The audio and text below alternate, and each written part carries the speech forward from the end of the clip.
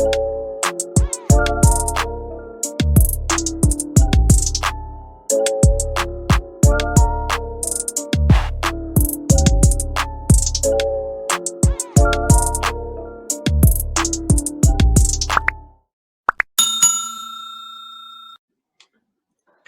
Are you guys ready for me to get cracking?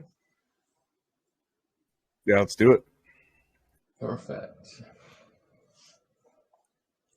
Welcome back to the Legit Crypto Lounge, everybody, the place that aims to bring together real projects with real investors. I'm Mark, co-owner of LCL, and I'll be leading today's AMA alongside Toby, the other co-owner of the lounge. He'll be chipping in with his own questions, I'm sure, and asking any community questions that we've got via our live TG chat as well. So today we're joined by the team behind Ember token.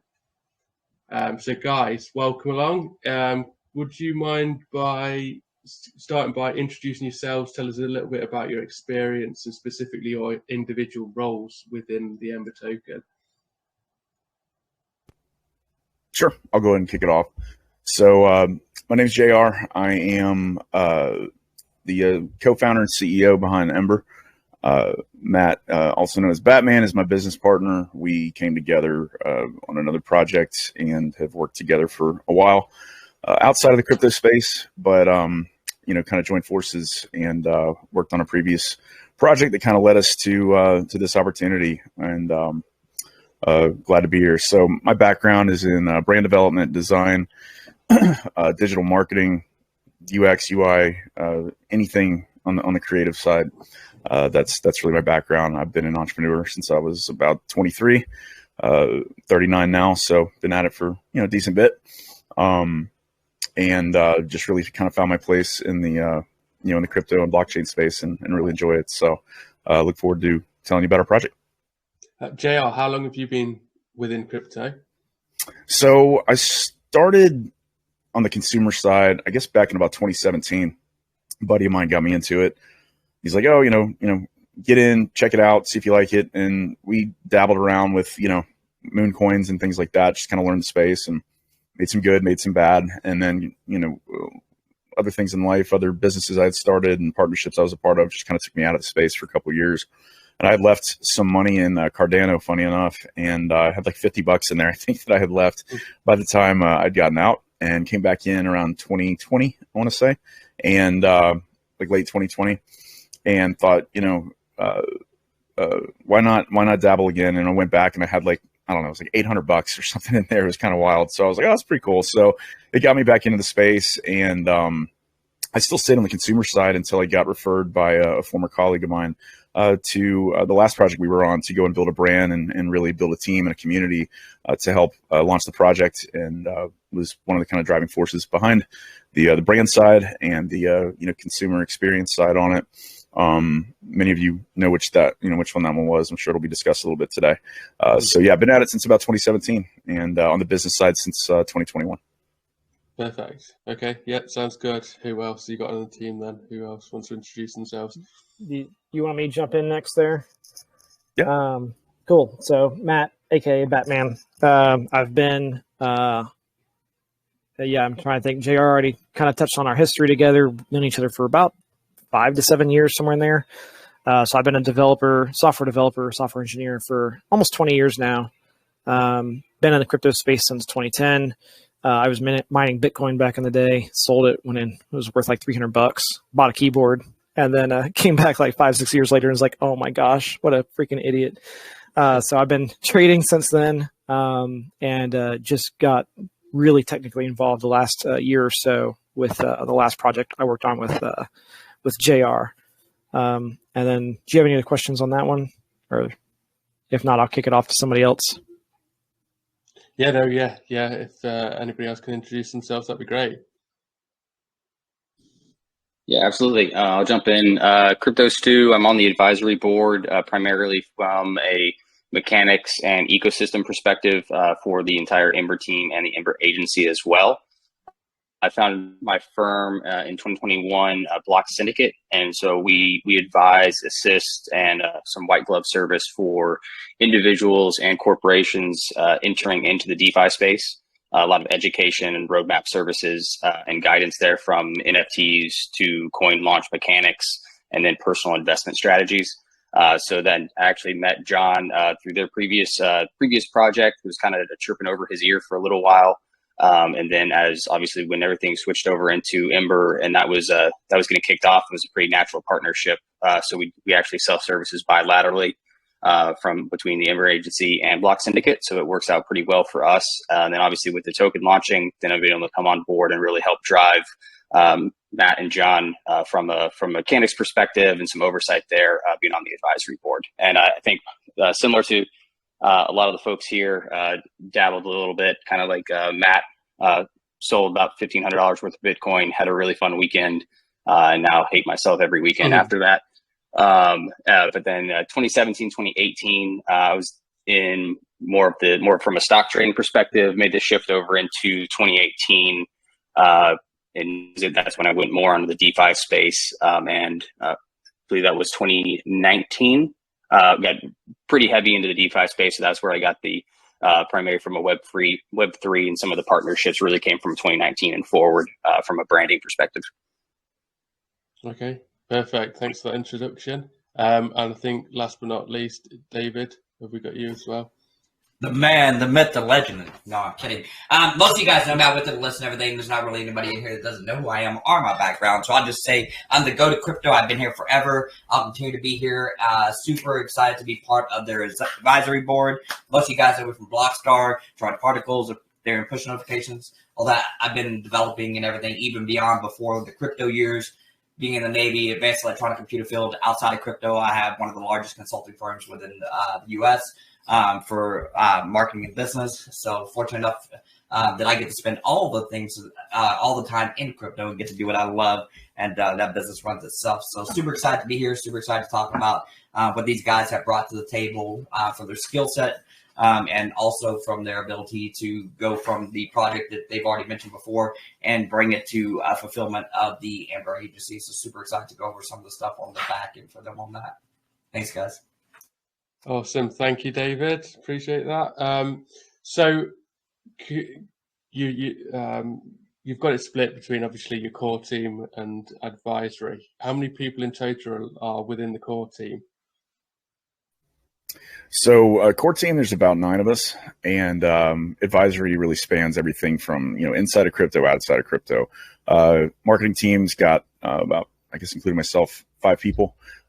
Dev, we are at 2 to, I guess, kind of onboarding 3. And then we've got some other partners outside of our core agency that we lean on for blockchain. And they were referred by the guys at BD Capital and Beast. And they've been a great resource on some of the projects that we're consulting on. So, and we, overall have about 18, 19 people that are really, part of our network, our day-to-day network, that are inclusive of mods and, core team and advisory.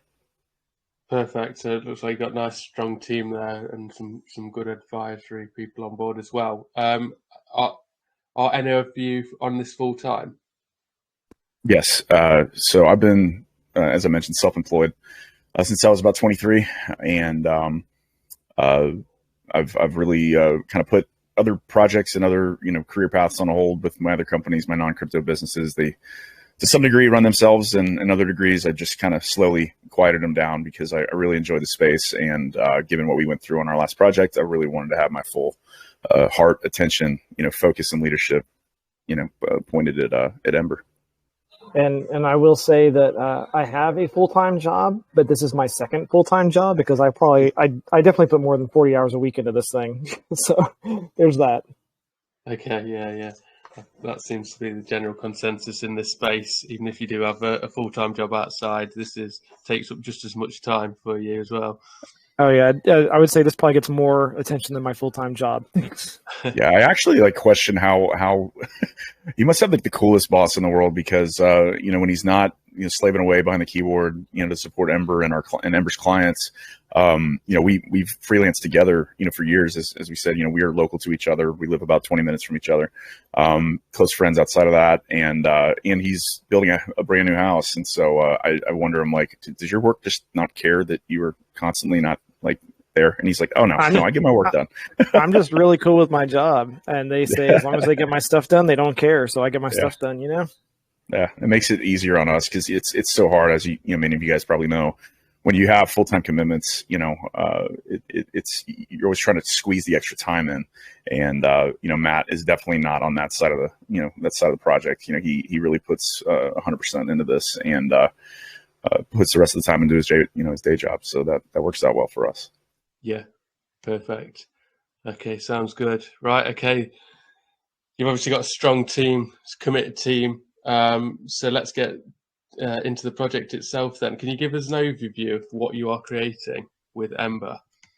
Yeah, absolutely. So I think, we beat around the bush a little bit, and I think it's important we have a little bit of a backstory so you guys understand the inspiration, behind this project. So Matt and I, as probably many of you know by now, came from a project called Coyote. I was referred to the former founder of that to build a brand, and I came up with the name, the brand, built the team that supported it, and did all the marketing, which is all organic.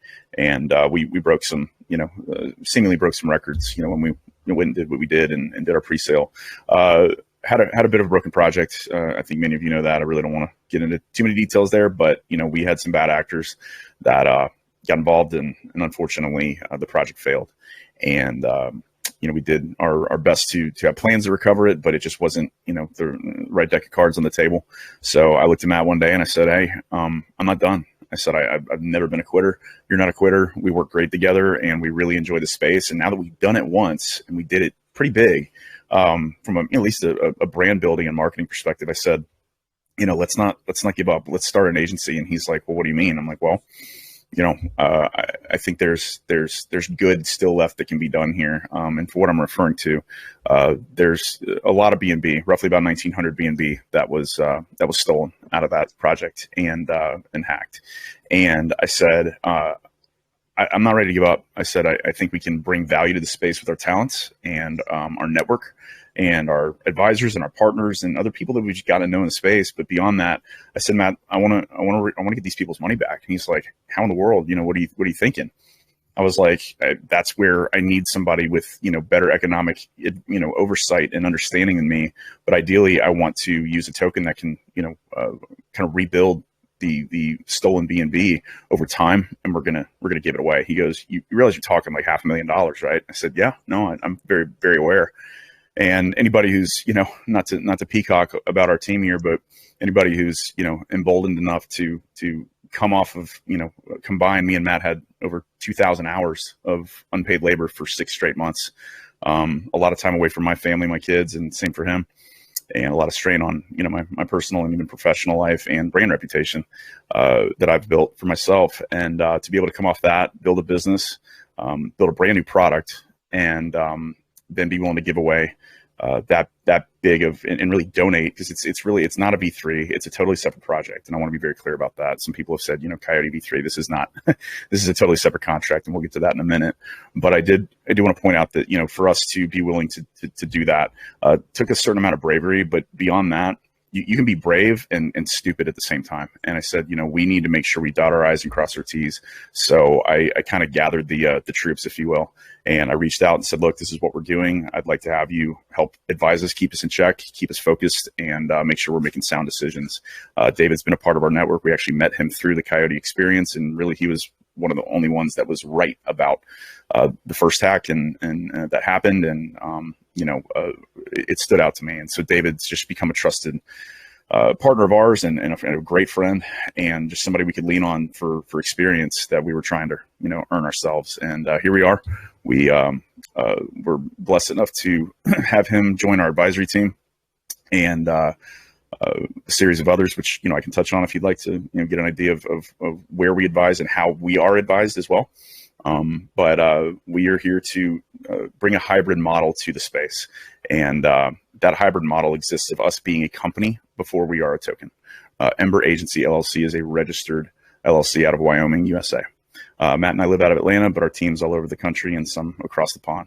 And so in the United States. And so, we said, let's bring value to others in this space to help them build better brands, help them build better security, bring solid advisory, and build stronger, more secure code, and again security behind their projects, so they start right the first time. And I figured if we could take our non-crypto world experience and professional experience and bring that to the space to drive value for other people, so that other people can believe in them and just have matches light other matches, we win. We all win. It creates a safer and more secure space for all of us. But in doing so, we know our strengths. And I said, I think it's wise. We really build advisors through this. So the amount of planning and listening and learning and communicating that we did for months to get us to where we did yesterday is the accumulation of a lot of talent, a lot of selfless time from people, especially David, who stepped in to write our contract and a rewrite, a brand new contract for us, and make sure we did this right the first time, so we don't go through what we went through on Coyote. So that's the best synopsis I can give you. Okay, perfect. So you guys, as I already know, and a lot of our community members already know who were burnt with Coyote, you've come together off the back of that. And what would you say the lessons you've learned from Coyote? What are you bringing forward into this project? Well, I'd like Matt to speak to this, as well. I'm happy to, kick it off. I think the lesson I learned is that there's, in any environment in business, or I guess even personal, our personal lives, you just have to be careful, how much you put out there and forward your time, right? We forwarded a lot of time, and it was all built on hope. It wasn't built on governance, and we lacked heavy governance in Coyote. We lacked an established business that governed our product and governed our time and governed our security. And so the biggest lesson I learned is governance and trust. You put too much trust in another human, that you're either getting to know or a series of people that, have limited time. You just kind of don't know what you get on the outside. And fortunately, Matt and I have such good experience working together that that was never an issue. We were able to support each other and, come out pretty strong from this in the grand scheme of things. It definitely broke me pretty hard, personally, financially, mentally. I know my wife's listening in, and she's seen the ups and the downs. And so for her and my twin girls, Caroline and Charlotte, to see their dad and his team win yesterday was probably one of the most memorable things in my life. So. Yeah, and I'll hop in there. Big piece that I've learned, and it was something that, I kind of felt early on with the other one too, is trust your gut. Have a positive outlook, but you need to verify everything. We are not taking any chances. If it's like kind of a toss up of, maybe it'll work, maybe it won't. It's no, you figure out how to make it work, and you go for the most secure way possible. Everybody in our core team, everybody that has contact with anything, is 100% doxed and vetted. We don't take anybody at face value. If we don't have some way to vouch for them or a history with them, that's kind of where we leave it. And I think based on everything we've done to work with David and our partners and our advisors and our legal and making the LLC and just going through all those steps and doing it right and taking our time to do it right, that's what led to yesterday and the future going forward. So learn lots of things, and the goal is not to ever make a mistake twice. Mm-hmm. Yeah. Stu, feel free to chime in, because you came in outside, with me first as friends and business colleagues outside of the space. And then you came in as an investor in Coyote as well. If there's anything you wanted to contribute there, speak up. Yeah, absolutely. And I think the one of the things is, and I actually got connected with John for some merchandise for my firm. So that's how we were connected. And then I was an early pre-saler in Coyote. So I was in the exact same boat as majority of on the call and in the community of kind of that knows the story. And I think the largest thing kind of from a growth factor, and I'm not saying bringing in advisors like myself, but it was definitely the willingness of John and Matt to sit down and say, it's really what's the problem that wants to be fixed, and then work at how we can fix it. And I think in the past, it was a little bit backwards of how can we fix something, not what needs to be fixed. And has a tendency to lead, especially from a technology perspective, lead down the wrong path at times. And so that's definitely been, and that's what my largest role is, to ask hard questions, which I know David's tired of, but then also, put ideas out there, and then being another sounding board to be able to, to guide and assist as possible. So that, I think that's the largest change that, JR and Matt have really been able to embrace from the failings of the Coyote structure. And I knew that they were learning it and they knew it in that structure, but now they can really act on all of it. And that's a huge change. And I know what JR is always talking about is that, large portion that's missing in the space. And again, I know that's why the relationship with David works out pretty well. The core group and for multiple agencies all have the same vision of DeFi going forward. Mm-hmm.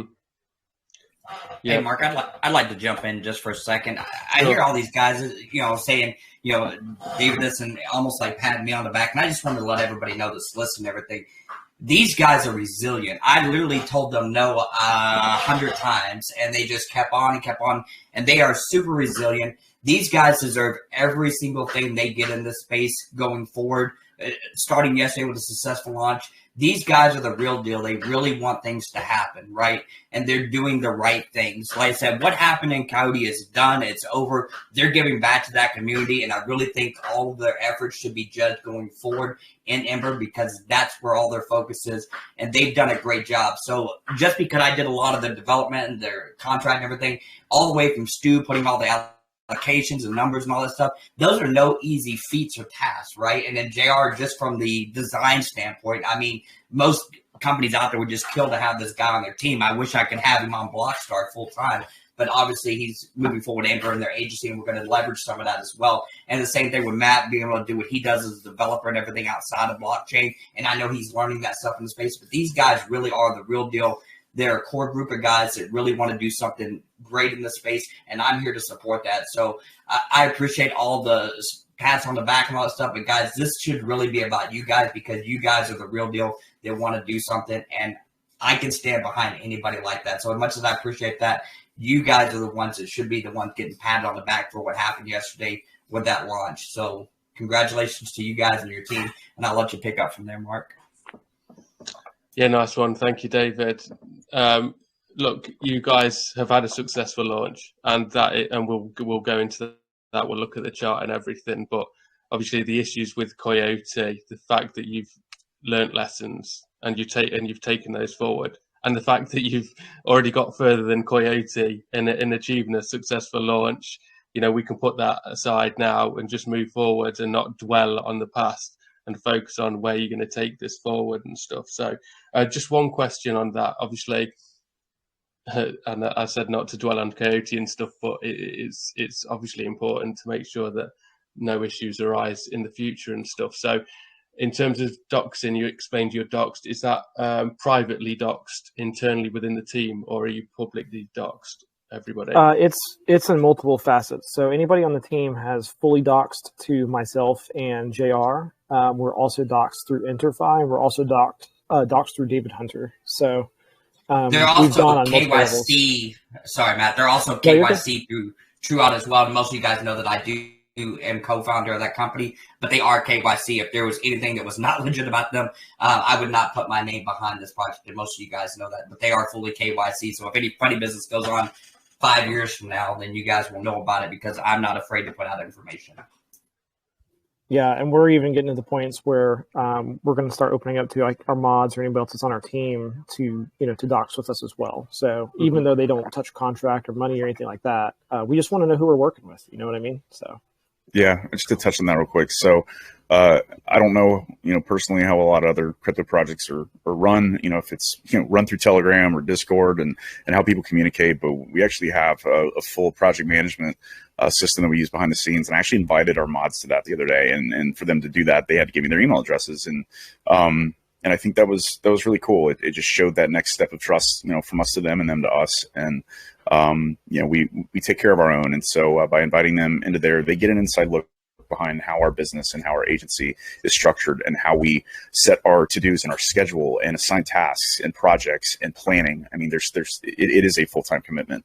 I actually had a whole planning meeting with my core team here that's physically with me right now, about planning and where my time has to go, and that I have fiduciary responsibilities that, as an owner operator in my other company is a little different when you're, solopreneur. But when you fulfill a role like a CTO like Matt or a CEO like me, it just comes with a certain set of responsibilities and accountabilities that you have both internally and externally. And so it's a bit of a reset. And today's my first day of really embracing, that responsibility and obligation, and by opening that, that path, if you will, for our mods to have a little bit of an inside look behind the curtain and be a part of our planning, it just goes a lot further than, hey, will you moderate chat? And that's just how much we appreciate our mod and our social team. Yeah, I like that. It's a nice touch. It keeps you together, keeps that team unit. And when everybody feels involved, they want to help promote a lot more as well, don't they? And that understanding helps translate as well into the TG chat and elsewhere as well. So let's get into some of your USPs then, because obviously you've mentioned that you are a company, an established company. How does that look? What services are you providing, and who does that benefit? Yeah. So I'll start on a couple pieces, and I'll let Matt speak to the other side of it. So, I website too. Yeah. It's, if you scroll down just a little bit, on the agency site. So if you want to, feel free to pull up our agency site, and it'll have our services on there. But I was actually working on our marketing. Emberagency.io. And so when I was working on our marketing and kind of our brand voice and thinking about what kind of personality we want to put out there, edgy, cool, et cetera, I listed kind of our core categories of where we serve and where our talents lie. And it's, it was, branding, obviously, and code, and just design in general, but also layering that advisory. And so I was like B, A, C, D, and then I was like, oh my gosh, A, B, C, D. And it wasn't intentional. And so I did ABCD equals Ember. And so yeah, advisory, branding, code, and design, those are our core services. So anybody looking to refresh their brand, refresh their brand presence, their voice, their online reputation management, anything like that, that is my 17-year background. Design, obviously, again, as you can see, I've done NFTs for Beast. I'm doing NFTs for Blockstar, working with David very closely on that. I'm sure he's going to pick on me in a little bit, so I'll let him chime in on that in a minute. But we pride ourselves on good aesthetics, but also good user experience, making sure things are digestible. When you go to our website, you have a clear understanding who we are, what we do, and why it matters. And so I bring, obviously the branding and design piece to it, the user experience piece, and Matt brings really the code as we grow that space out to helping people build better securities. Matt is not on the blockchain side, I say yet, because I know there's a lot of interest there. But we do. He writes amazing code. He'll tap into kind of what he does. A little deeper, but our advisors, really, that's the other piece is just helping people govern things better. I mean, you're gonna hear me say that word a lot, is just governance, and it lacks so much in this space and really a lot of spaces. And when people really understand what that means and why it's crucial to the success of a project or a company or a team, things start to change. And when we did a reset for Ember, off the coattails of Coyote, it was like, we need this governance, and part of that is being able to listen. I'm a broken record on this. Said it 1,000 times, the best leaders in the world also are the best listeners. And we listen to David, we listen to our risk advisors, our financial advisors, we listen to Stu, our economic advisor, and our legal team. We've got our attorney on retainer to not to I know that tends to scare people, but we do it so we have good contracts with each other. As a team, we have good contracts with our clients, so they understand this is what we're delivering, this is what you can expect, and this is the security you should have in working with us.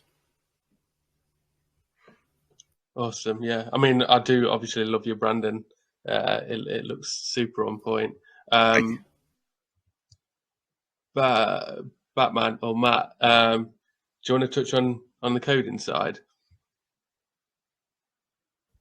Sure. Yeah, absolutely. So, like I mentioned, I've been in software development for 20 years. I've been anywhere from small digital agencies to cybersecurity to anti-fraud to mobile applications that I'm sure a lot of you have used and are familiar with.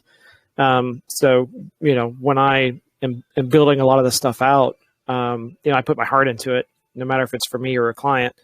Everything that I do, I try to make it really, really good for the end user. Like, how are they going to interact with it? Is it going to be easy to use? Is it going to be work on mobile? Is it, just be a good experience overall? And the Beast guys can speak to that as well. But I've been around. I've done a lot of different stuff. I code fast, but I code really, really strong with what I do, and I don't put out half-baked solutions. So everything I do is solid and thought through, and I try not to throw anything out there halfway. And so it tends to where you get a little bit more polished product in the end. But it does take a little bit longer for me to knock out some things, but I think it speaks for itself. Every site that I've done in the crypto space so far is, I hate pumping myself up here, but I feel like I've delivered a really good experience from the web stuff, and I've done a good job at taking JR's designs and bringing them to life. I was going to touch on that. When he says take longer, that might be a red flag for some teams. To me, it's good governance. He's double checking his work, and most front end designers I've worked with in the past would look at a lot of my aesthetics and the designs that I do. Now, granted, I used to write CSS and HTML myself years ago, and so I understand how web pages are supposed to be and built and the construct behind them. So I'm respectful of that when I am designing, but I've always had pushback from every other front end developer that I've worked with. It's like, well, we're going to need to scale this back a little bit. It's a little too custom, and we'll get done faster. And sometimes there's a benefit to that, but Matt has literally never complained once. He'll be like, dude, I'll just make it work. And every single time for Beast, I hate to say it, but for the Coyote site, which is still beautiful, it's still up. And that's our work. No matter what happened with that project, we put our heart and soul into it, and that's why the site's still up. So really proud of the work Matt does. It brings a lot. And so Stu, if you want to talk through on the advisory and consulting and more probably financial side, feel free to jump in on that too. Yeah, I think I'll probably hold off until a little bit later on, kind of a little more from the token support. We would get into the chart and everything there from a tokenomics perspective. But yeah, the only real item that I have from the agency as a whole, it's a perfect match for what my firm supplies. So we're able to work together from a partner support, and then also then selling services bilaterally. And so we're really able to then utilize just build that partner web even larger. So that's been what the Ember agency delivers is definitely, I don't want to say one of a kind to get somebody in here in trouble, but it's definitely different, new and different in the space. So it's a great structure.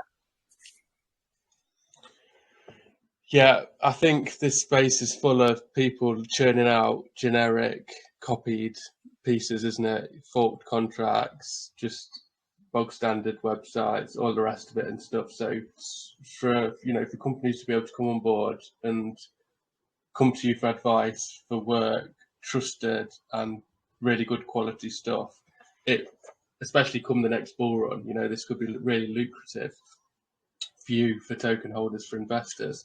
But I guess there's a couple of questions for me. Is one, how do you market this? Where are you going to get your clients from? Are you thinking word of mouth, or is there specific, areas that you're going to tap into? It's a really great question. So I built my career. I started my first design agency when I was 23, sold it when I was 28. Sounds glorious. It was a learning experience and taught me a lot about myself and really about my career path. But I've built my name, my brand, and I've built global award-winning brands. You just don't know it's me, kind of like Matt said, you've used products he's built. but I've built a lot of that on word of mouth, and I know Matt has as well. It's not that I devalue advertising and shill marketing and things like that, but Coyote was 100% organic, and we had dozens of people that are like, this thing's going to fail. You don't have enough hype, blah blah blah. Your charts are going to die, so on and so forth, and it exploded. And so our focus, obviously, with Ember was security. It is a different construct of a business.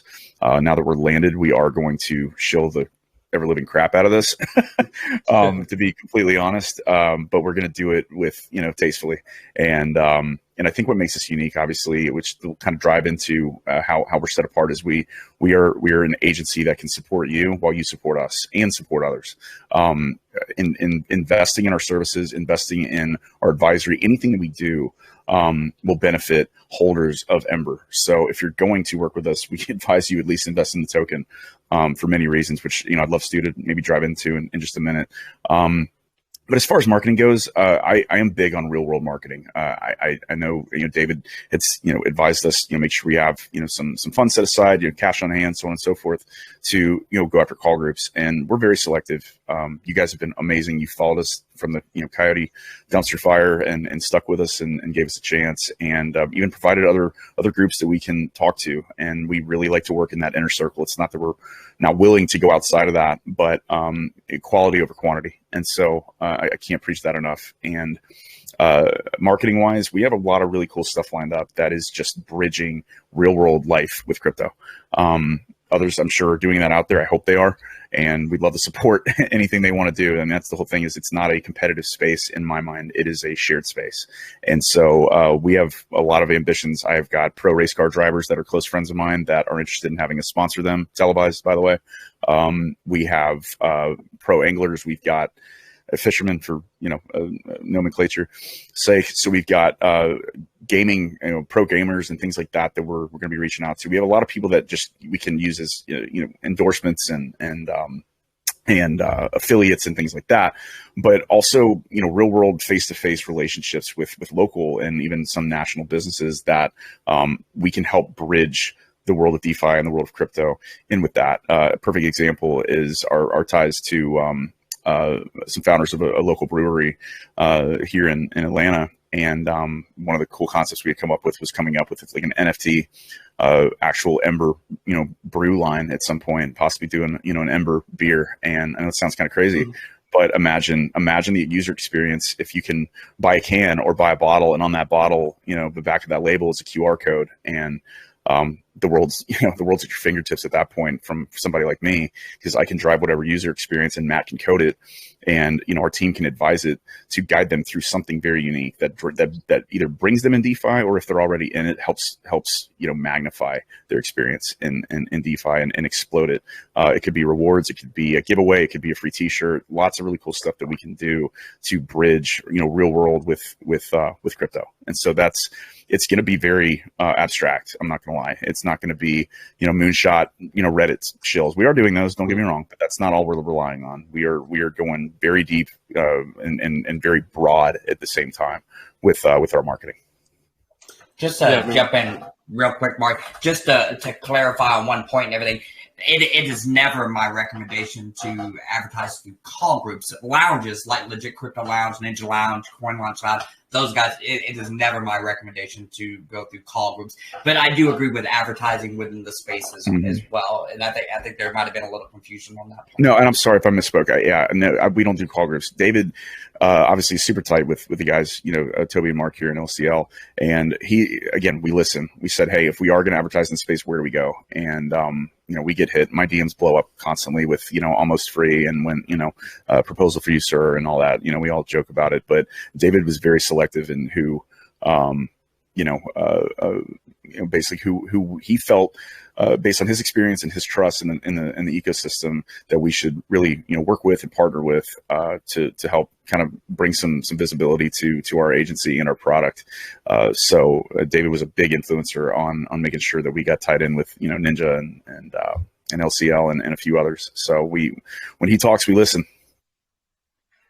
Okay, no. And I just want to throw out that for the the last project is we use Ninja and LCL, and you guys have been awesome with us. You know, you were understanding. You didn't like jump on the bandwagon of, oh, you guys did this all yourselves. So, you know, that's stuck in, and I've maintained in both of the channels, and you guys have been awesome all along. So we appreciate the support and the openness for us. So thank you. Absolutely. Yeah, awesome. No, I mean, we knew right from the start, you know, it wasn't you guys. There was no malice. There's no intent for you to have happened. You know, what happened basically wasn't your fault. We understood that and stuff. So there's no way we were going to start beating you down for that stuff. But going back to your strategy in terms of the marketing stuff, I love the abstract element and the fact that you are thinking outside the box and not just going down the traditional standard crypto route, especially at the moment when things are just, you know, recycling, churning around, money's just being passed between the same people. You need that outreach. I guess at the moment, obviously, with the way the market is and stuff, any heavy marketing, you know, you're not going to get a great return on investment at the moment, are you, with the fact that, you know, we're in a bear market and stuff. So I'm sure you appreciate and understand that already. Absolutely. Yeah, absolutely. We take our participant funds very, very, very, very seriously. I mean, Matt and I actually said this, you know, on a few calls. You know, we are used to working off the sweat of our brow. We are used to having to bootstrap everything. It's what we did for Coyote, and it was, you know, it had great legs, and a lot of people, you know, were very excited about it. And so I think organic marketing just, you know, tends to get a bad name, and it doesn't carry you everywhere, right? It carries you to what I call trust marketing. Trust marketing is doing what we've done.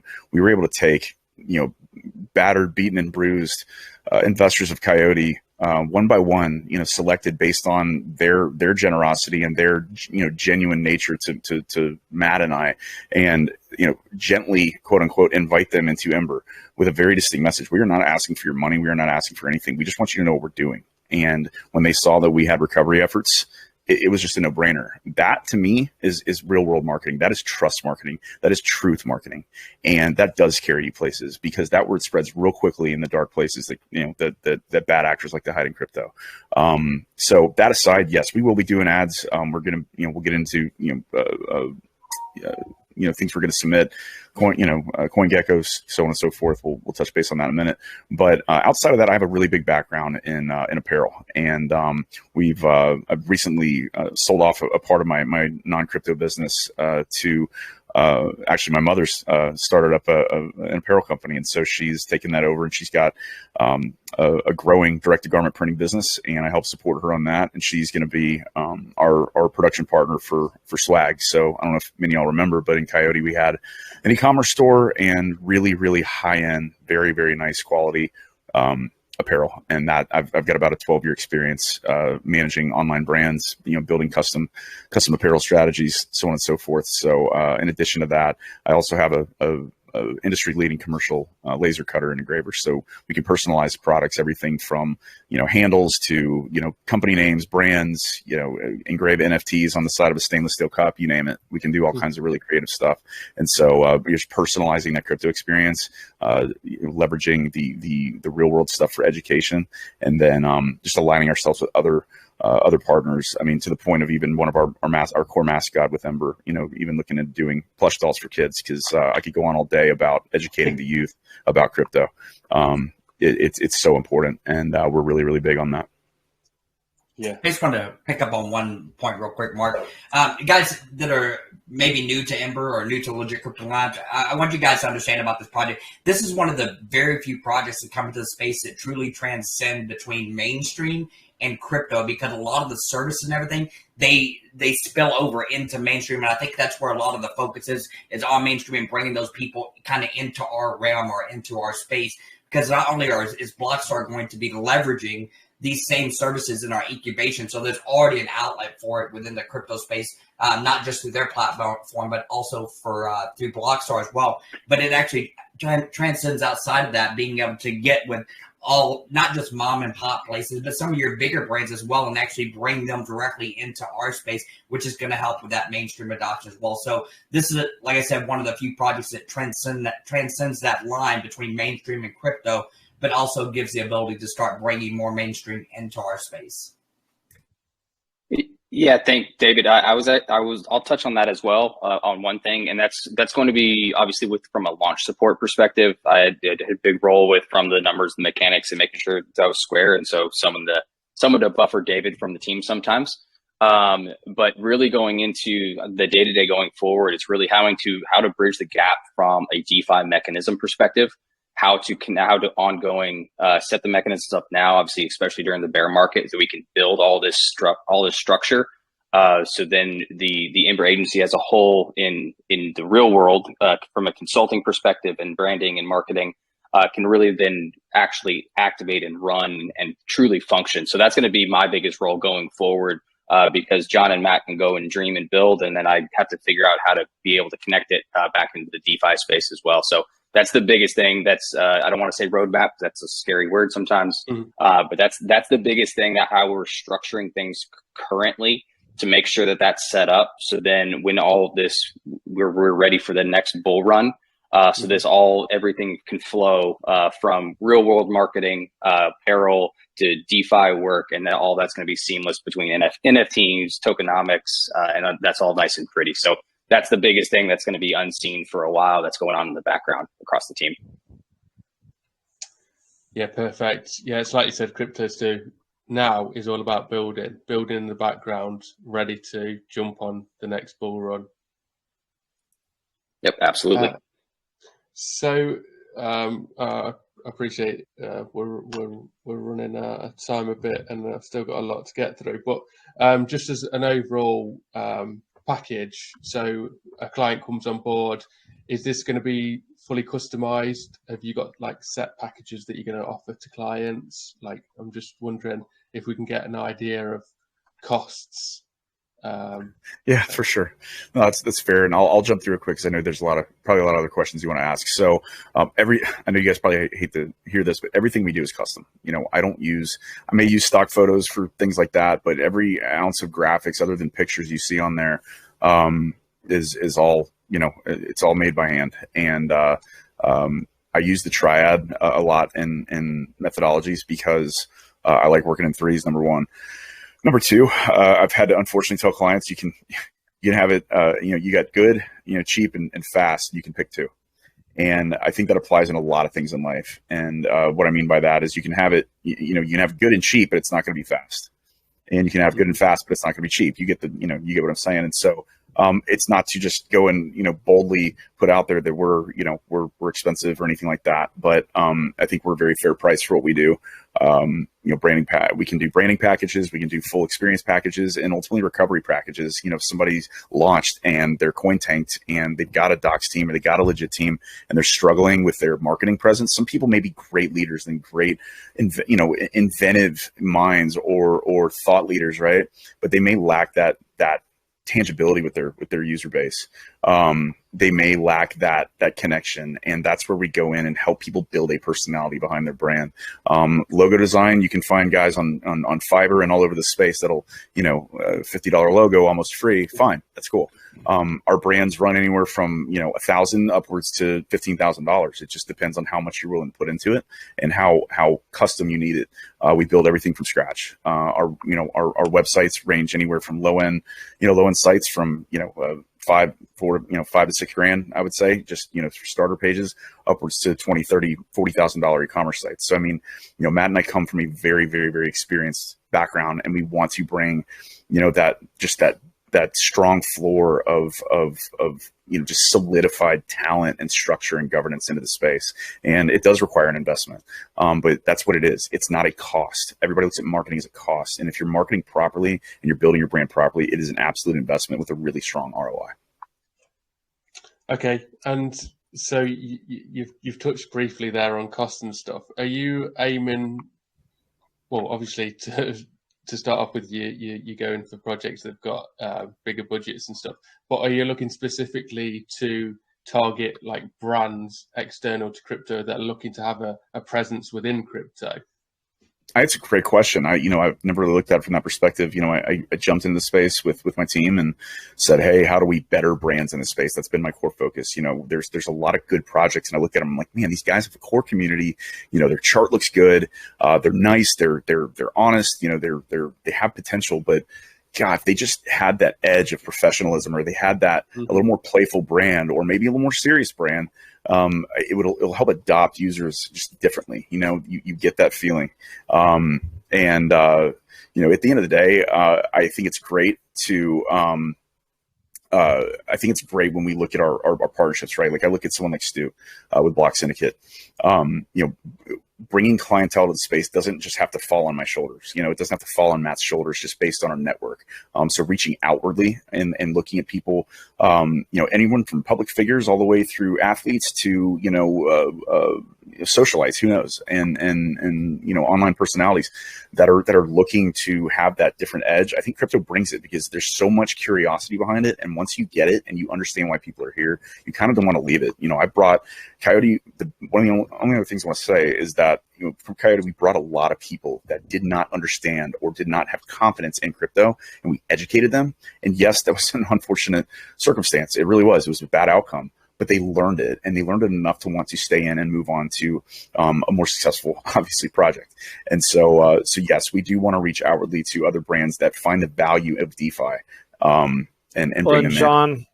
Just to throw in there, like we have leads, really big projects coming up that we're queuing up and getting ready for, and it might not be on John's top of mind, something he's really thought of before, but I've been all over it. And anytime that we're talking about like these microbreweries around here, it's like we could do Ember Brew.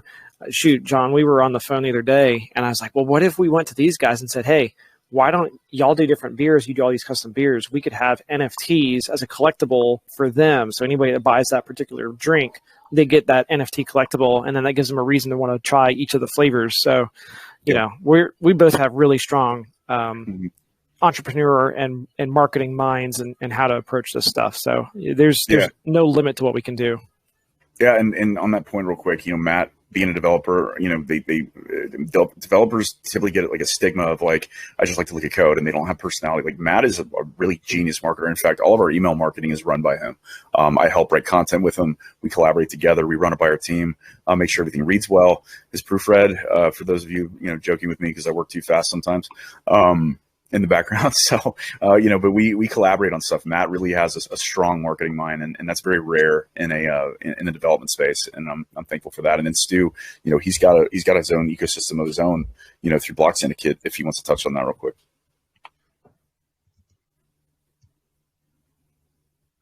Yeah, absolutely. So the large thing from clientele that we're dealing with individuals and corporations, that's one thing that I'm porting all branding NFT work over to the Ember agency as a whole, so we can be more the client-facing consultants and advisors. And so it's again bringing people who are not in the space and corporations that are not in the space and being able to utilize and leverage DeFi. So that I'm now able to feed over to the Ember agency through a bilateral partnership, which is fantastic.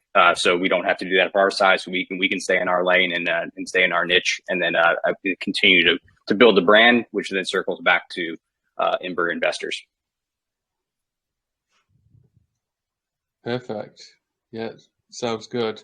Follow-up question would be, obviously it's all sounding good. You guys, strong team.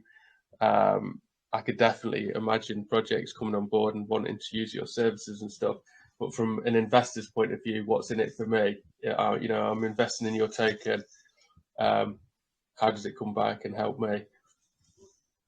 That's a really good question too. So thank you. That's why I like you guys as a community. I listen to a lot of your AMAs, and you guys ask just really, really thought-provoking questions. So this is where we differ, and I think this is the part a lot of you guys are wanting to hear about our construct as a business. We want our yes, we are building a recovery wallet through our growth that will help projects and help us allow to invest in other projects, even if there's none that are needing recovery at the moment or none that go on board. It will allow us to go out and help pioneer and kind of search grounds. With that said, while every time you invest in us, you're investing in future growth for somebody else. And beyond that, we really want our holders to be rewarded. I know everybody touts that, preaches that, but we want to reward in a different way. Anybody can create a token and put it out there and say, oh, you get reflections. All right, RFI, got it. We put a model out there where you don't just earn on our token. It's one of 3 areas. You can earn 4% reflections off the Ember token. Okay. And when Jeet's Jeet really hard and too hard, we have our backdraft tax, which you just scrolled through, meaning you would get 3 times that. You get 12% in reflections for greedy whales. Okay. So that's and one that's piece. been triggered multiple times from bots and Jeets in the past 24 hours, and it's been awesome. It has. So you got the tokenomics, and we're no different in the space as far as that goes. I think the way we do it is very unique, and what we're doing it and the reason we're doing it makes us unique. But outside of that, you guys get to earn off the sweat of our brow. So we do $1 million in revenue of consulting work. So yes, we have a lot to do to build our own brand and build our own presence and growth, growth goals all through, this next year and beyond. But we work hard. We work really, really hard, and we want to work with other projects that, that see that value. And so when you work with them, when you work with us, part of our revenue, right there as he's on, is our consultonomics. Yes, I invented a cute word. 75% of our revenue, our business revenue, is going into the Ember agency. I mean, that goes to help support team growth, payroll, sales, advertising, marketing, you name it. 22% is our corporate Ember token buyback. Now, that also goes to fill a rewards pool, which we'll update the white paper to say that just for clarity. The 3% rewards the holders, because I will not use the term "quote unquote" profit sharing. It is basically a contribution from our agency into the reward wallet. So 3% of our annual revenue is going to go into reward holders. You don't have to do anything. I mean, you don't even have to consult with us. If you hold our token, you're not earning just off the token. You're earning off of our service as well. And I don't think I've seen anybody in the space that's done it. Maybe there have been, and I hope there have been at this point, because I think it's a unique model. But I think that just gives people more reason to believe that we're not going anywhere.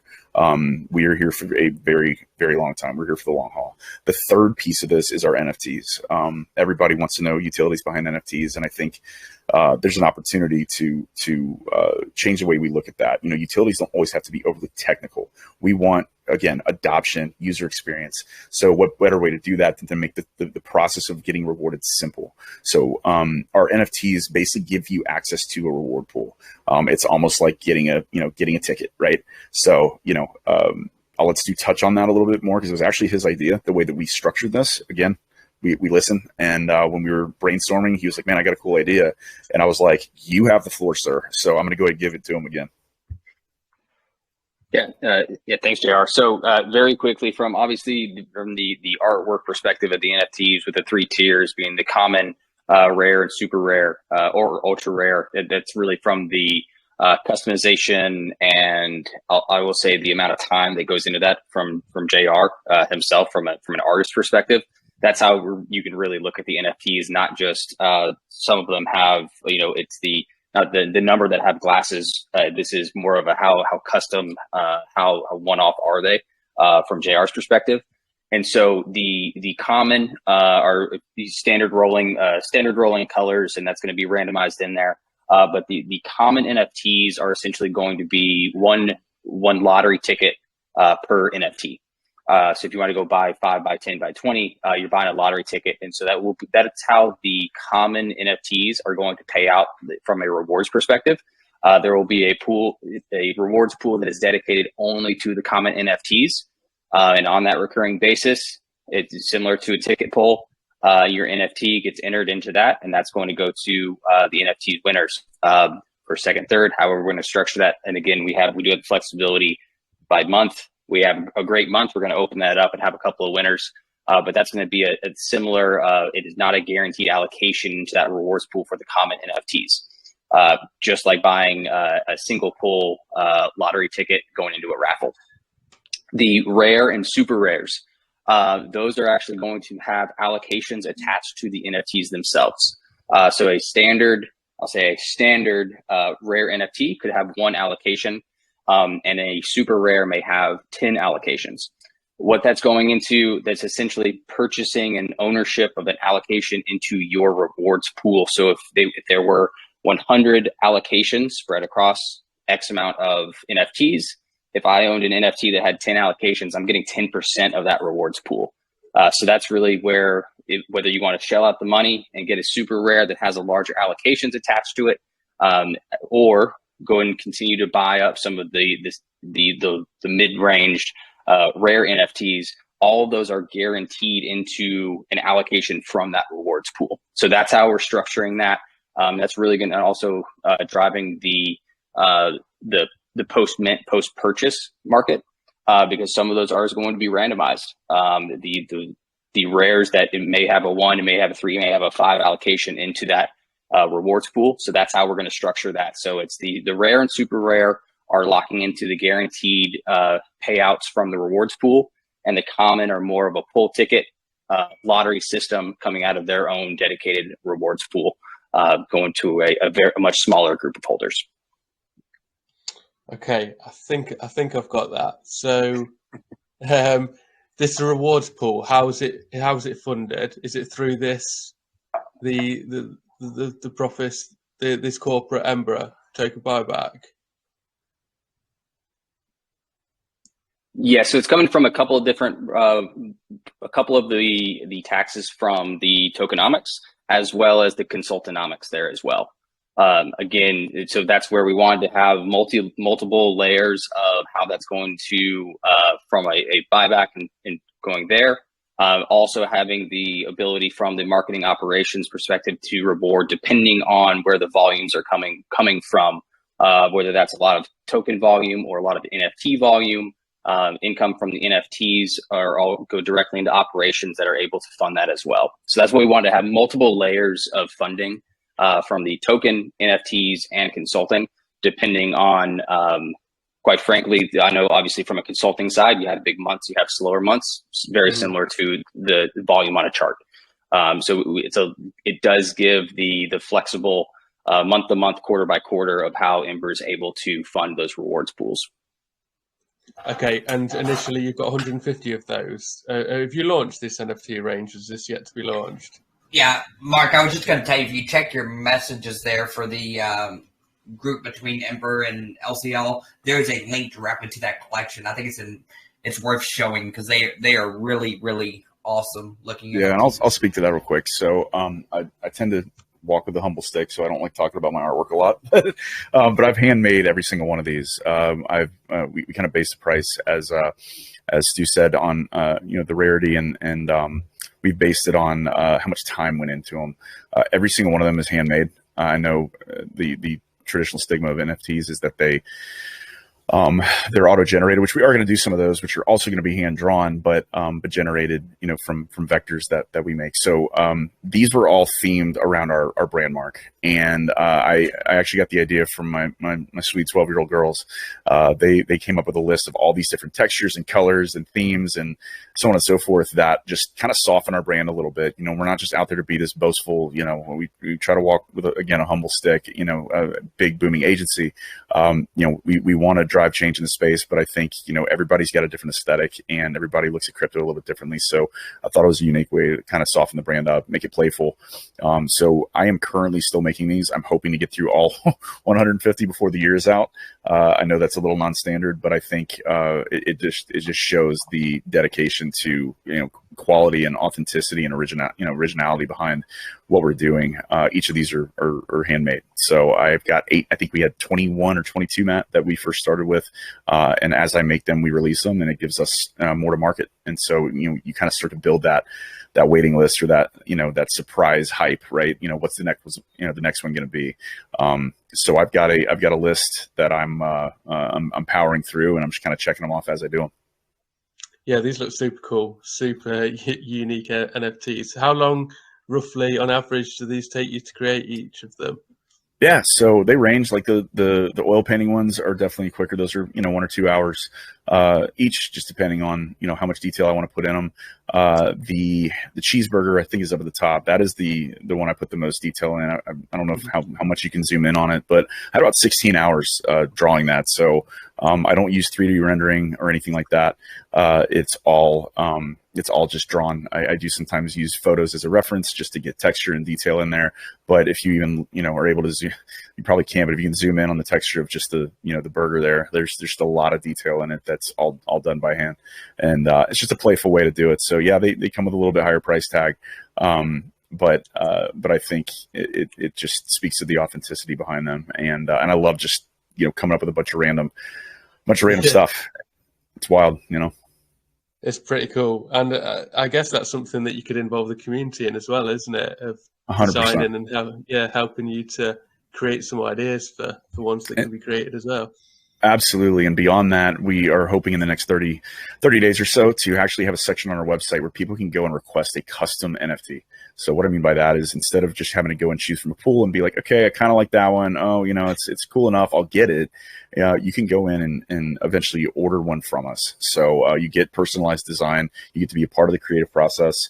And you can even, we're thinking about having almost a slider where you can select your budget. And based on what your budget is, that just kind of determines how much detail I put in to the artwork. So these are all made in-house. They're not 3D rendered. They are all drawn by hand, pixel by pixel. Nice. And then will this all go back into the company? Yes, it does. So we talked briefly. I don't think we've had so many other decisions we've been making, and I'm not totally done with the collection, so it hasn't been top of mind. But we discussed, leveraging 50% to go back into the rewards pool, and the other 50 going into our operations account to support our team. It's a lot of 50% donated time on my end, but that's what we believe in, is just paying it forward for the community. And are these priced individually? They are. I actually, Matt's like, give me your list. And so when he was minting these on Blockstar, he's like, I need prices for each. And I actually went through and added up. So just the ones that are there, I have over 120 hours of just drawing, if that doesn't make your head spin. I know it made mine spin whenever I was thinking about it. I was like, my gosh, like, what else could I have been doing with my time than, drawing pictures on an iPad? But I hope you guys find the value in them, and they've been a lot of fun to make. So they are all individually priced. They range anywhere from 1 to 6 BNB. Okay, and so for example, this cheeseburger one, how much is that? That's 5 BNB. 5 BNB. Okay, cool. It tells you right there in the transaction history. But if you were to connect your wallet there, Mark, it would show you the pricing. Okay, cool. And so I am taking requests. Like I've told the community, like, I'm always open. You DM me if you have ideas, if you want something custom. I've already had a few requests. I've got a little bit of a waiting list. And as you can imagine, we got a lot of outward marketing to do. So as much as I do want to put into continuing to build this out, it does play second fiddle to making sure our charts stay strong. Sure. To bring new investors to the project and more exposure to Ember token. And how is the rarity determined? So our tier 3, our level 3, or rare ones that you see, or super rare ones that you see there, those are the only ones that are going to exist in that category. We right now only have 3 rarities. The common is going to be our newest addition to the to the community, which is Ember. Ember is kind of a tongue-in-cheek, playful character. I don't know if you guys ever see the Sour Patch Kids commercials, but he's going to be kind of a mischievous little Ember. And when we did Coyote, we had Adventures of Yodi, and it was like a little kid drawing. And so everything you see that I do is typically pretty polished and straight edge and all that. We had come up with Adventures of Yodi, and I had so many people message me when we started Ember, like, dude, please bring that back somehow. And I'm like, well, I don't want to just like drag it over from the other thing. I need to do something different. So I came up with a fun little character. If you go join our Telegram, or even watch our Twitch stream from last night, which is public, you can see a teaser of Ember through there. And so level 1 Ember is going to basically be just a cute little character, something that's playful. Adults, kids, I think, would like it. Level 2 is going to be Ember and Friends. I grew up in the 80s, and Gumby and Friends was something I watched as a kid. And so I thought, how do we play off of that but make it kind of mischievous, so everything he touches starts to get burned? So I actually have a s'mores collection that I'm doing, And, you know, he's got like his marshmallow friend next to him, but he's like melting. He's kind of like, hey, I'm glad to be here, but you know, I'm kind of dying. And so it's like this sort of tongue in cheek, like I'm having fun, but I'm not. And then, you know, we're going to come up with all these fun scenes of him just like living life. In fact, I'm doing a special one for Block Syndicate, his best friend Block, and they're going to get in trouble together. So a lot of fun stuff coming from that line. And that'll be our mid-grade, our level 2.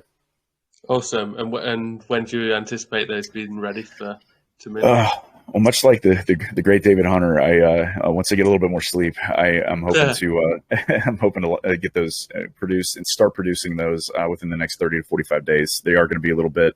Our NFTs are important, but they are not our core focus. And so, if everybody could just be patient with those, if you have interest, please let me know. Go join us at Telegram and hit /NFT, and it'll bring you to here and at least see what we got for now. Yep, perfect. So people can go and check those out themselves. Just want to quickly bounce back to this 22% corporate Ember token buyback.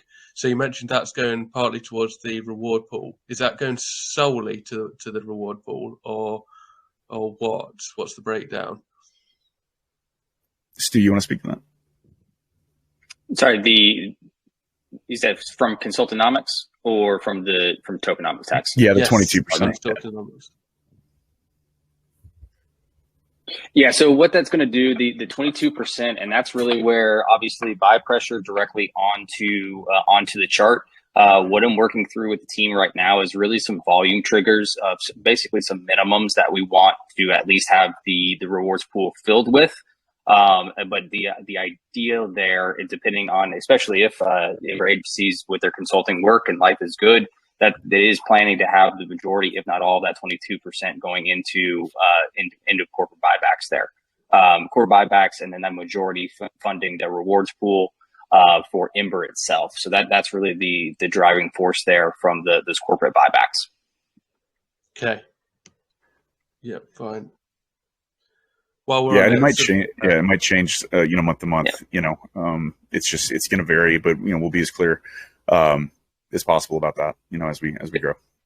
Yep. Okay. Yeah, and again, it's really coming from volume, because obviously that being real world profits, and then marry that up with the tokenomic taxes. So that's where we're looking to have essentially a floor of funding per round, and then anything above that, then that's obviously going to mean good things are happening on the chart and in the real world. Mm-hmm. Have you considered burning it as well, or is that not crossed your mind? I don't know if we really talked about burning. Yeah, we really didn't talk about burning. I think with the buybacks we're doing. Oh, sorry. Go ahead. That's what I was just going to say. That's a true buyback and burn, not just we've got these tokens, we're going to burn them, but you're going to buy the tokens and then you're going to burn them. So the reason that we're not driving towards burning, then it's primarily because of some of the functionality in the tokenomics. That we have the buy function built in from the tax perspective. So with the added buy pressure, that's why we feel a lot more comfortable with the buy and being able to disperse, because we don't have an internal team wallet that was an allocation pre-launch that's going to be funding this, and we're really trying to stay away from that sell pressure. So it's really a buy and disperse versus buy disperse, or buy burn. And everything that's going out is really looking at an investment versus from a supply perspective. And also with our supply being much lower in the 10 billions, we're not looking to burn half of 94 quadrillion or any numbers like that. Okay.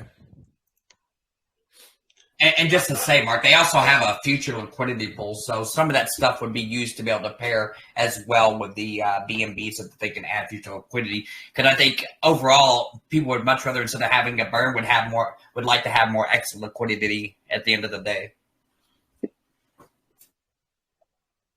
So this 1% towards future liquidity, you're going to set that aside as for when the token grows. And you can make it stronger and more stable. Yep, absolutely. It's the flexibility of whether that would be on existing Blockstar decks, feeding LP, staking, the liquidity that's going to be under Ember agency controlled. So for additional dexes, any requirements there. So that's where that's coming from, since again, no wallet held back at launch for Ember controlled tokens. Yep. Okay, so looking at this, you've got 10% buy and sell tax, 4% towards reflections, 1% towards future liquidity, 1% advisory / legal, 2% token recovery fund, 2% market operations. The only one I want to touch on is the token recovery funds. Yeah, do you want to take us through that? Yep, absolutely. I'll touch on it from the technicals. I know John will want to add something in here as well. So that token recovery fund, obviously with the first targeted recovery project being Coyote and the Coyote community. So what we're currently doing, we have a plan. I don't want to share too much there because there's some technicals there of how that's going to work for all previous Coyote holders, pre-sale and open market. But 2% of all transactions are going into a recovery fund wallet in BNB. Again, big note, not in Ember, so we're not going to have to sell that off. It's going directly in as BNB. And so from the Coyote project, the target is to be delivering BNB directly. For future projects, this gives a BNB amount, and which is available for whether that would be if a project was failed project, good contract, good team, things happen and needed additional liquidity or some funds to be able to, that's where that structure really comes into place. In the flexibility, again, of if that was truly the recovery directly to the investors or being able to recover the contract and team to be able to relaunch. But from a Coyote perspective, that BNB is going to be pooling up and going to the hurt investors directly. So I know John will want to touch on that as well. Hey, not to interrupt you guys real quick, I just want to say congratulations again to the Ember team. They just set a new all-time high while we were on the AMA. Thank you so much, Tim. And I'm actually going to hop in here instead of JR. I'll give his voice a break. Thank you. So I've got a spreadsheet of all the pre-sellers, all the public buyers. When all that Coyote stuff happened, I pretty much did a dump from BSC of all the transactions, and I've tracked down pre-sellers, refunds, buy mores, public buys, and then the partial refund that we did from the LP we had in our ledger for that project. So I have an accurate count of everyone that invested in Coyote and what they are all deserving on the back end. So we're going to be going through all of that.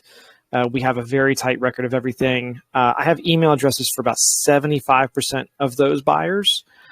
So the other 25%, they're going to have to find out, either come into our website or maybe hearing word of mouth, or I'm not sure. But what it'll do is we're building up our recovery fund, and when we're at a point where we can donate back to them, I'm saying donate because we are not Coyote, we are not refunding people, we're donating stuff from Ember to help that community. They will have to come and claim.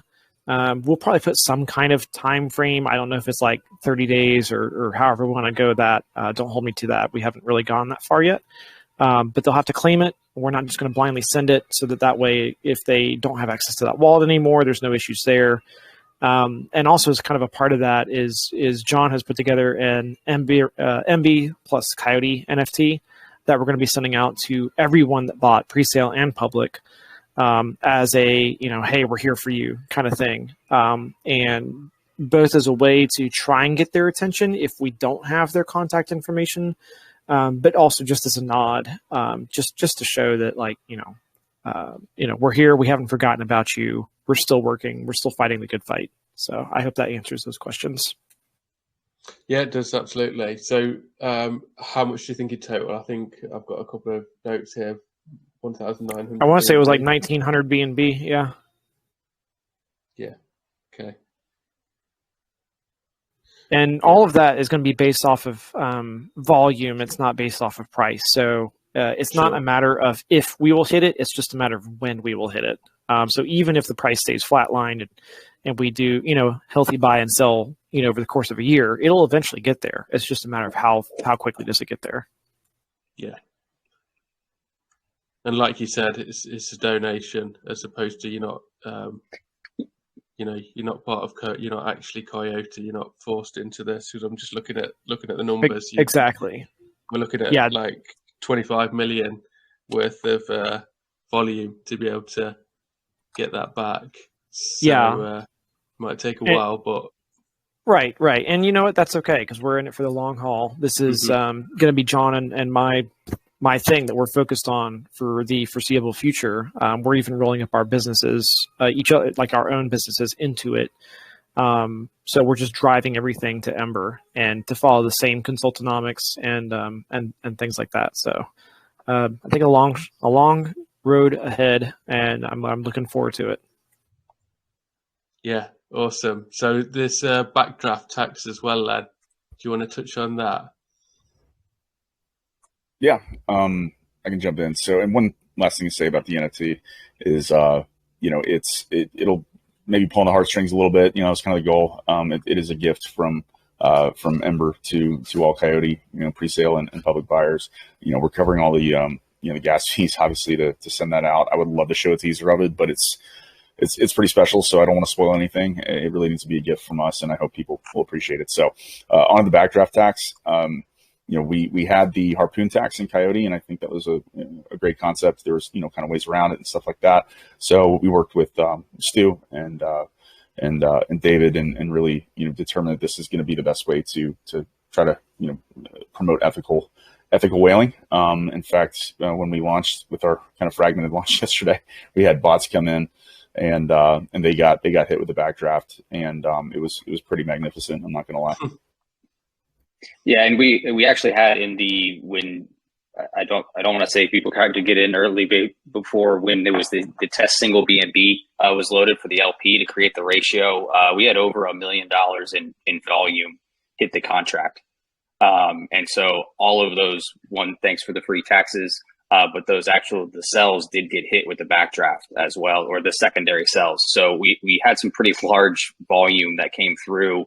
For some free taxes to holders and reflections going forward there before we did the repair for the trading pair. So everything we got to see everything functional and live very early on in the process. I would just like to give a shout out to all the bots that decided they wanted to mess with my contract that day. Yeah. We appreciate you guys, and anytime that you would like to do that going forward, I will always be available to you guys. So. Yeah, thank you, bots. You're helping build our business. We appreciate it. Awesome. Right, let's get into the chart then, the juicy bit, because that is one good-looking chart.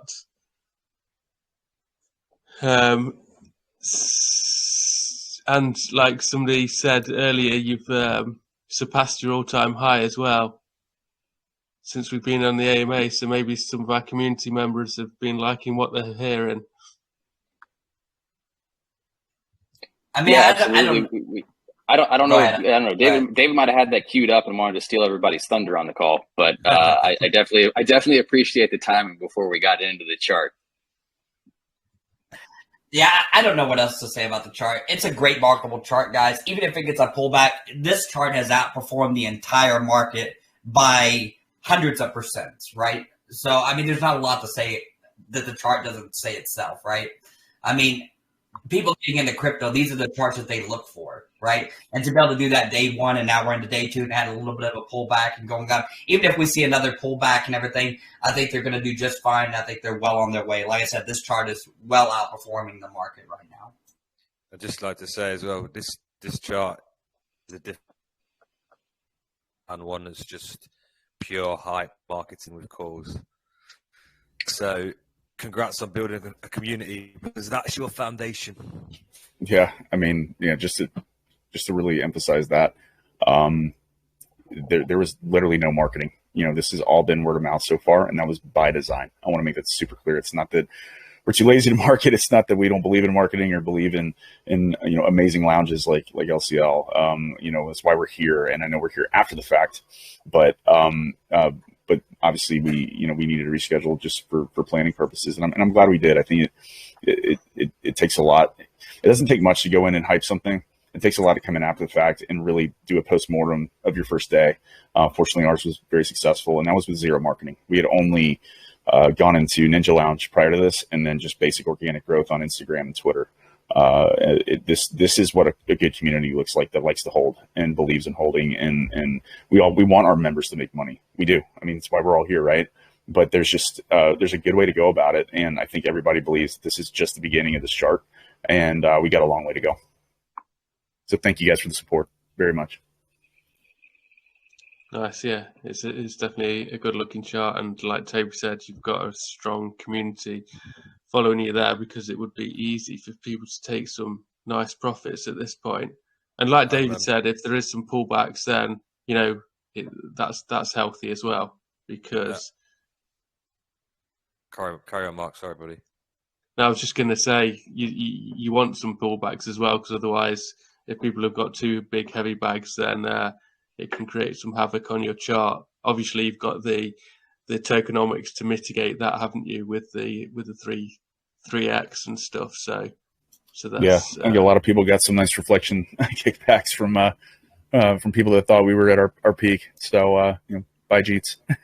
Right. We actually, to be fair and everything, we had to have a little bit of pullback right after that, because everybody thought it was a honeypot that nobody was selling, and it just kept going on. I'm like, well, we need at least a couple little bitty sells. No, legitimately, I texted Stu. I'm going to screenshot it, and unfortunately, it's got some vulgar language, because that's what we love about Stu. He's brutally honest, so I can't wear it in front of my kids. But I literally texted him, and I was like, "Dude, we're getting flagged on honeypots." He's like, "Dude, no one is effing selling." He's like, "Literally, nobody is selling." I was like, golly, that's awesome. I think we had about 14, 16 sells throughout the first day candle. And I think 3 or 4 of them were me testing from a couple different wallets on different devices, just to 100% make sure that people could sell. Everything functioned. And it was pretty amazing to watch, honestly. Because I think that number was 16 sells up to that first peak before there were the sell off a little bit then, which was only about a 20% drawback there from peak last night. Before the Stu test sell back. Right. That is what you call a trust but verify. And for anybody that's wondering why it shows up as a honeypot, it's because we're not paired with Pancake Swap. So it's trying to pull that information first, especially on DEX tools and for those places. But we are a new swap for Ember. So as soon as that gets indexed a little bit more here, those guys will start picking that up. They're already asking for the exchange information. So if that will go away, but right now it's trying to pull the information from Pancake Swap, and there is no LP there. So just on that note, do you guys have any plans to move to, well, not move, but also use Pancake I'm not Swap? going nowhere, buddy. Nowhere. Yeah. So in the future and everything, and I'll let JR and those guys, and I don't mean to keep stepping over the top of them, but that could be part of the plan going forward in the future. As you guys know, I'm not a huge fan of Pancake Swap, and that's why we have the Blockstar and the Ember Swap. And then going forward, there's so many other swaps out there, and Pancake's been known, especially with exploits that run through their contract and everything, especially on LP loads. So in the future, it could be a possibility, but they're in the given intermediate time. I don't think that's the plan. Is that right, JR, Matt? Yeah, that's the plan. Stu or David, do you want to talk on the tax structure on Pancake in the future, kind of how we have that set up? I'm gonna have to kick that to David because I know that we were talking about it, but I don't want to misquote on numbers there, David, that you had built in there. Yeah, right now it's just set at 25%. We do have the capability of adding that router in. Right now it's paused, but there is that capability, but we can change that to 15 all the way up to 25% directly on Pancake Swap if that's the route that they decide to go. So as far as taxing, it would be the same as it wouldn't be the same taxes as you would get a cheaper rate buying it directly through either the Ember Swap or the Blockstar Swap are also onto our DEX as well. So it will be higher to trade on Pancake Swap. Plus the gas fees are ridiculous. They're going to be much, much cheaper directly on the Ember Swap or Blockstar Swap. Yeah. It's a good way to bring people over anyway. What are you saying? There's a method to the madness, buddy? Well, sometimes, yeah, with you. But listen, I've noticed something else as well going on in this chart that is, a tactic I've seen before, and it's unusual to see. But I see liquidity getting added.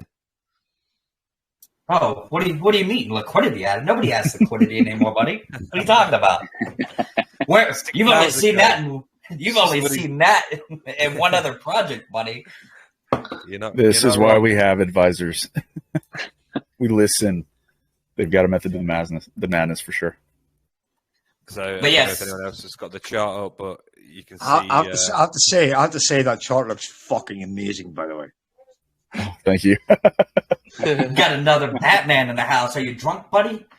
Yes, absolutely. I've always been drunk. I will never not be drunk. But that's that looks like a big old. I'm not going to say it. I'm not going to say it. That chart looks fucking phenomenal. Thanks, brother. I usually can't have a conversation with him unless he's drinking or I'm drinking. One of the two. You bought a honey pot. I told you to buy. Yeah, fucking right. And you enjoyed it. You enjoyed it as well. It's great. But it was your honey pot. My God, that chart looks fucking spectacular. Thanks, too. Thanks. All right, carry on, Mark. Carry on. I know you guys are short on time. YouTube video. Yeah. Oh, I just want to throw out a thank you to the other Batman real quick. Thanks, Batman.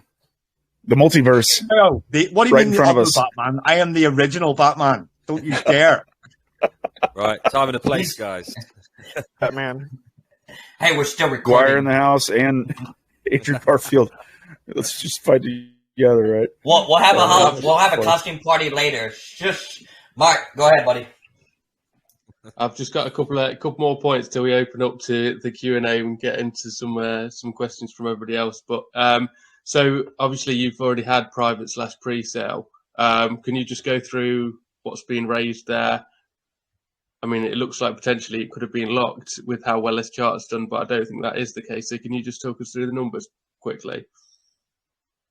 Yep, very quickly. Yeah, pre-sale raise. It was not a whitelist. We call it a privatized because it really was more of just in the know with the connected community. It was an open raise, and we did raise right at $120,000 USD, which went into a couple of staking pools just for a multivariable effect of whether that was BNB with stables and then some other a little bit of smaller alts as well. So that was let's see, 45% of total supply. And when you say that, and I have fielded the question about a dozen times yesterday of are the pre-sales locked? The answer is no. The real reason is no one wanted to sell because they knew exactly what they were pre-selling into. And that was the most amazing thing to watch yesterday. And knowing the community that, I've luckily been able to meet most of them. So yeah, right at $120,000 pre-sale raise, which the chart started right at $191,000 market cap. And we are now just over 1.7 million, I believe is the number now. And so that's pretty direct correlation there of it's acting like it's locked, but this is a wide open pre-sale, free claim, and then it's more of just a long-term holder. Can I ask a very pertinent question? How are you, obviously that chart begets liquidity being drained, not drained, but obviously your liquidity percentage drops as you rise up the charts. There's no two ways about that. It does. You're in an AMM situation. How are you bolstering that liquidity as you rise? We have allotted BNB. And so as we put in 1/2 of the planned BNB into initial LP, and we are now tiering in depending on, again, as the ratio does change. Unfortunately, that is just the manual math that goes into it. The ratio changes as you rise because obviously it's like how would you put it, a balance sheet. So you've got so many BNB and so many tokens. So but what's your liquidity percentage at the minute, and how do you plan to bolster that on the way up? Because that's a meteoric rise. That's spectacular. It's about 10% at the minute, I think. Yeah. Yep. Right at 10%, and we have added. I believe the number, David, is right at 60% of total planned BNB to LP. Phenomenal, man. Phenomenal. Yeah. That's quality. Absolutely quality.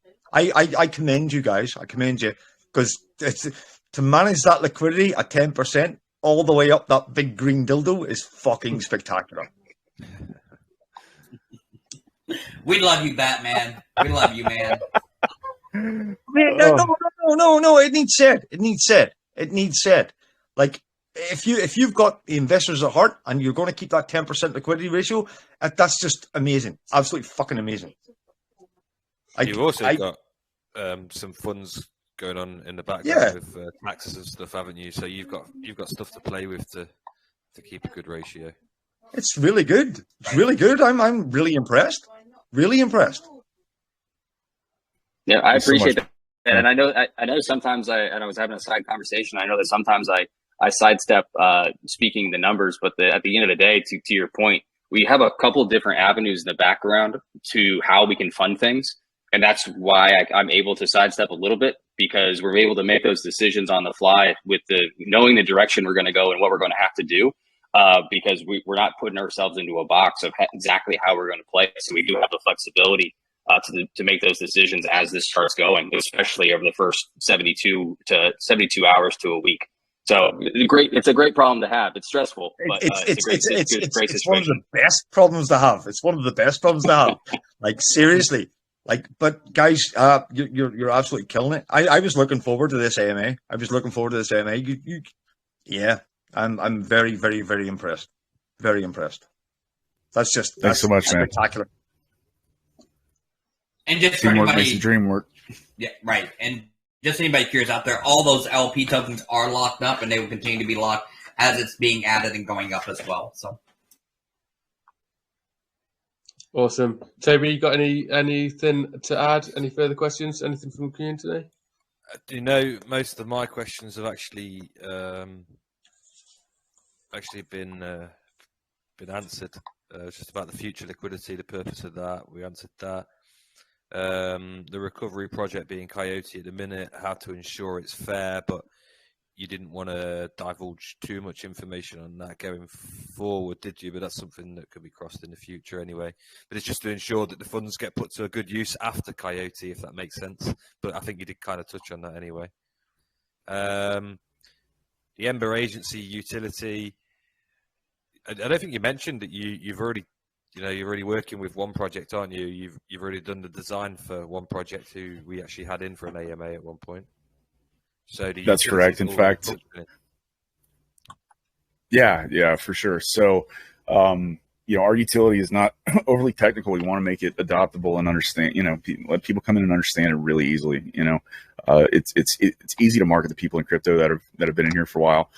We want to make it approachable by those that aren't here, because the more that come in, the better we all are, right? They don't know the dark side of crypto, so we got to keep them in the light. With that said, we were blessed to be introduced from some of the team on the previous project to the guys at BD Capital. AJ and Paul become really good friends of ours, and they were advisors on a new project. So they introduced us to Chris, who's the CEO of Beast. I don't know if he's in here right now, but he literally, I messaged him. We got to talking. He's like, "Oh, I live in New York." I'm like, "Oh, I live in Atlanta." And he was like, "Sweet, same time zone. Here's my cell phone." I'm like, "Sweet, here's mine." We got on a call and talked for an hour, and it was like talking to a long lost best friend, and we really hit it off, and just got that foundation built very early. And so we built their brand, the Beast Protocol brand. They're going to be launching, I think, mid to late October, if I'm not mistaken. So we were able to build their brand, their website, and their whole NFT collection. So really, really proud to work with those guys. Cool. Yes, I'm intrigued to see you bring in the real life utility into it as well. I'm absolutely got big hopes for this one. Batman's just made me think of another question. Though, he's just messaged in the chat. Donations will go to the people that lost. Have you thought about making this a DAO, like for the community to vote on the projects and stuff, or are you going to keep that all team decisions? So I'll speak on that a little bit. The one, I'll say the structure issue of how that is being the Ember Agency LLC. I think there's a lot of community input, but then turning that into a DAO, there's some pretty heavy implications there from real world to DeFi connectivity there. That obviously trying to stay as secure from a legal perspective as well. But that's one of the, obviously being the Coyote community is probably 90% of the people that were in the original Telegram chat and in Discord. it's definitely a word of mouth, and this is at the end of the day, this is a huge world. It's a really small DeFi community, and a lot of that the input's going to come from the community though, because that's how we're all here, obviously. Yeah. So I want to touch on that too. That's gonna be my 2 cents there. Thanks, Stu. That's really helpful. Yeah, I want to, not to gloat here, but Matt and I made a decision very early on in starting this project that we did not want team or dev wallets. In fact, the only those that are getting allocations from our team are our advisors. We wanted to reward them for helping guide us and lead us and point us in the right directions when we needed help the most. And so rather than just doing it, pre-launch, we actually were able to do buybacks, and so that way everybody can get rewarded from those. We're really proud of kind of how we structured this. And but Matt and I do not, we do not have team wallets. In fact, there's people that aped into this way more than us, even in pre-sale. And my first thought was like, gosh, this seems weird. There's people that are going to hold more than us, but that's not why we were doing this. We're doing this to create a community coin. And yes, we have a lot of governance inside of our company, but we listen to our community 100%. Nice. Yeah, it's good to hear. I'm excited to watch you guys grow. In terms of questions, that's it from me, I think. I think it was a 4 AMA. We've been here an hour and a half. You should have known you needed to set this. You should have known that. You haven't even done much. I warned you. And I warned you, buddy. So, yeah, I'll hand over to you, Mark. I'll let you close it off. Yeah, perfect. So, obviously, JR, you probably know from coming in previously, same to with you, Batman and stuff, but there is always one question we like to ask here to finish off with at Legit Crypto Lounge, and that relates to determining the long-term success of your project. And we believe that it can't be achieved without a clear vision from you guys, the team leaders and project owners. So my final question to you is, at what point does this project become a success to you personally? Well, that's a very distinct question and one worth answering. So, not to get too serious or emotional here, but I'll tell you hands down, the first 10 minutes, I say this kind of tongue in cheek, the first 10 minutes after we launched, given the last 10 minutes was in Coyote. That was my mark. In fact, no joke, my wife went to go get pizza. She's like, you need to eat something. I was like, no, I'm geeked out. Like, I need to focus. And she's like, no. So she's literally handing me pizza, and that 10-minute mark hit. And I'm literally like, I like broke down with pizza in my mouth. And my wife's like, what's going on? And I completely forgot I was on camera in Discord just with our team. And Hobbs is over there. And like, I forgot he was there. Like an hour later, I was muted, but I go in and he was like, I was like, dude, I totally forgot I had my camera on. He was like, brother, he goes, that was absolutely deserved. I mean, we lost a lot. I put a lot of money that my kid's savings account, because I believe so much in Coyote, and knowing that we have a chance to recover that, in addition to everybody else that believed in us is really exciting. So longevity wise, and what defines a success, was us launching securely. And that's why we didn't hype it. And that's why we're starting to now. We wanted to land on our feet. As sad as it is, we didn't know what it was like to have a successful project in crypto. And we've been at this almost a year now.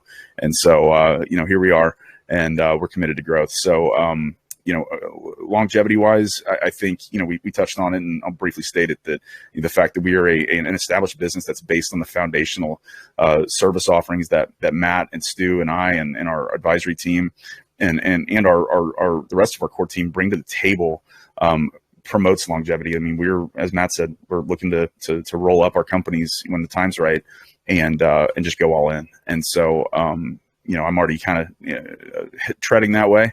I'm just have the flexibility to do it. And I know Matt's not too far behind me. He actually brought the idea up, and I was like, I love it. And so, if we weren't basing it off of our service model, as a core foundation that serves our token, I think, it's tougher to survive in the space, but, we're really committed to bringing, what we know, and that's consulting, and that's branding and code and design, and helping better other brands in the space. Perfect. Good answer. I really like it. Batman? Yeah, I'll chime in. Hopefully my laptop doesn't die on me. I'm on like 5% battery. But yeah, I mean, in my mind, it's already a success. And, you know, launching yesterday, and yeah, there might have been a little bumps along the road. We figured out the iOS problem was actually people needed to update their iPhones to version 16, and that fixed the problems. So go figure, wasn't even our fault. But yeah, so just the fact that we successfully launched, everything went well. We've got an awesome community behind us, and we're growing every day. We love LCL. You know, love to have all you guys with us for the ride. But no, this is long term. Like, I've always done freelance, even when I have had a day job, and in my mind, that's where this goes. Is the thing I want to focus on. I want to be able to quit my job and work on this full time and help other projects and just keep going. And so this is my until I retire project, and even beyond that, because I'm not a retire kind of guy. But yeah. So I'm not doing this to get rich. I'm doing it to help other people and help other projects, and just have an outlet for my creative, my creative side to be able to build and work on cool projects. So that's it for me, man. Yeah, no retirement here. I would get too freaking bored. I would get so bored. So yeah, not retiring, but you know what I mean. Like, this is my end of life kind of project that I'm gonna be working on. We want it to be just like David's talked about Blockstar. You know, Matt and I want this to be our legacy, something we can pass down to our kids. Is, you know, we help educate them on the space. I talked earlier about it. I won't talk now if you guys have questions about it, but you know, we want to do stuff for kids. You know, we mentioned plushies and, you know, plush toys of Ember, our little character, which you guys will see if you hop in our chat and over in Telegram. And I mean, we even talked about doing, you know, coloring books, even funny, like adult coloring books for coffee table, you know, tchotchke type gifts. I mean, but regardless, we want to educate the youth, you know, as a part of our mission, and make sure we're bringing in people in DeFi for the right reasons. Awesome. Yep. Perfect. Crypto Stu, sorry, did you want to come in as well? Yeah, I'll be quick. I know I get out of their way a lot, and I think showing that this project being a success is the amount of work on the technical side and structure side, and being able to bridge the gap between a real world idea and DeFi. It's hard, and I think that's one of the problems that a lot of other projects and a lot larger than Ember have run into is sustaining it. And I'm most excited to see rewards payments go out, watch that structure actually function. So then it's not just words on paper of, hey, this is the plan, of, hey, this is how it works, and this is how it's going to continue to work. So then Matt and John can go and work in their realms and let this thing run, and let that basically turn into a small ecosystem. And that's what my brain enjoys. I like building those puzzles. And creating those puzzles. And so that's what I'm most excited, because that's going to be that this built an ecosystem without really a ton of overhead. It's all in Ember control, and the people are involved with it. So really just seeing those mechanisms work, and then we know it's live, and then it can sustain itself. Perfect. Yeah, I think that's the key, isn't it? Like you said, it's we've had plenty of projects coming here and stuff with real world utility links, and it is really difficult for them to bridge it over and for them to make it successful and stuff. So long term, for me, that is going to be the key. If you can do that, you guys can make something big here and stuff. So I'm looking forward to seeing how the project develops, how the agency develops, and what you can filter through back into investors and stuff. And give back to them that way and stuff, and that'll show the strength of the token and the project going forward and stuff. But yeah, thanks a lot for coming along and sharing Ember with us. I know that a lot of our community members have been pretty bullish on this and have invested off the back of it as a result and stuff. So the chart is looking absolutely fantastic. You guys are great in terms of your team and stuff and what you bring. So yeah, wish you luck. If anybody is interested in finding out more information, go and join their TG. And if you want to invest, we've got links on our TG as well to Blockstar and Ember Swap as well. But we'll leave it there, guys. Appreciate it. Thanks a lot, and we'll open up to a Q&A in a second once I've stopped this recording. Awesome. Thanks so much.